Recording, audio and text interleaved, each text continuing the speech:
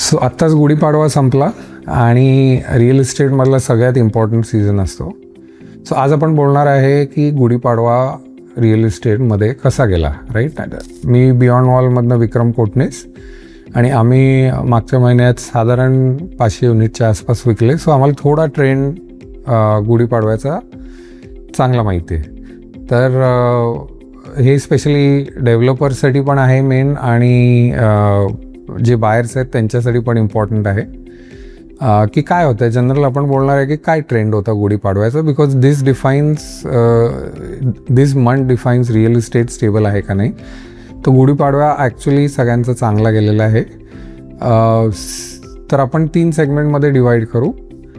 Affordable segment म्हणजे 65 लाखच्या आत. तर 65 लाखच्या आत सगळीकडे सेल खूपच चांगला आहे, कारण ही नीड आहे, राईट. बरेच लोक पुण्यात येतात बाहेरनं, महाराष्ट्रातनं, बाकीच्या स्टेट्समधनं.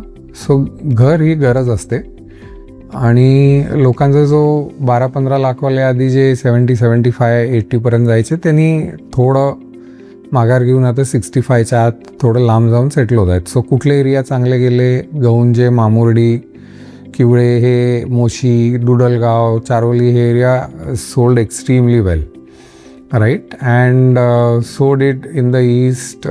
तुम्ही जर बघितलं तर हांडेवाडी, मांजरीच्या पुढचा एरिया, फुरसुंगी, वाघोली, इथे पण सेल अत्यंत चांगला होता. आणि Dhanori also has been doing, Lohegaon, Dhanori has been doing quite वेल.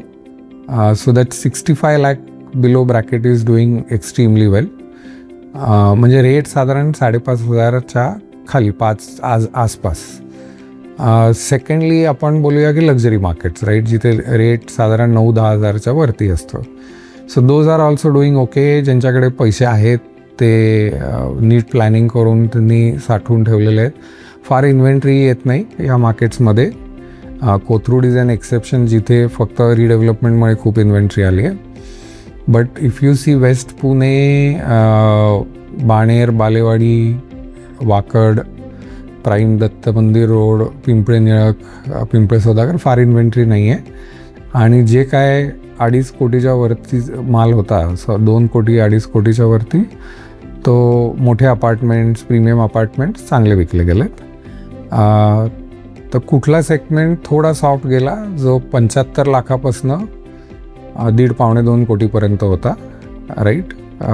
तिथे थोडा स्लोनेस जाणवला, कारण we have upper middle class ज्यांचं ऑलरेडी एक घर असतं मे बी, आणि त्यांना दुसरं घर घ्यायचं का नाही अशी अनसर्टनिटीला रिस्पॉन्ड करत नाहीत मी. पण अजून एक इथला असा ट्रेंड बघितला की NRI लोक किंवा मुंबईचे लोक पुण्यात बाईंग वाढलेलं आहे या सेगमेंटमध्ये. सो यातनं निष्कर्ष काय, right. So if you are selling something 65 लाखाच्या खाली, तर you are going to be extremely okay for next 1 month, 2 month. For users, if you are buying something below 70 lakhs, that market is stable, rates are not going to come down further. 1.5 कोटीच्या आसपास जे 3 bedrooms आहेत, म्हणजे 1.25 कोटी ते 1.5 कोटी, तिथे थोडं पाडव्याच्या वेळी चांगले विकले गेले, पण ओव्हरऑल आधी त्याचा थोडा स्लोनेस होता. पण तिथे NRI कंट्रीब्युशन बरंच वाढलेलं दिसतंय, मुंबई कंट्रीब्युशन वाढलेलं दिसतंय. सो डेव्हलपर्ससाठी थोडा focus on NRI and Mumbai also has to grow. थोडं cost of marketing will go up, but there is a decent demand. फक्त पुण्यात केला तर तो सेगमेंट थोडा स्लो आहे. आणि again luxury is doing okay. Rocking नसेल तरी सेल कन्सिस्टंट आहे. इन्व्हेंटरी वाढण्याची शक्यता कमी असते. थोडं सॉफ्टनिंग झालं आहे प्राइसिंगला, पण व्हॉल्यूम्स आर स्टेबल, राईट.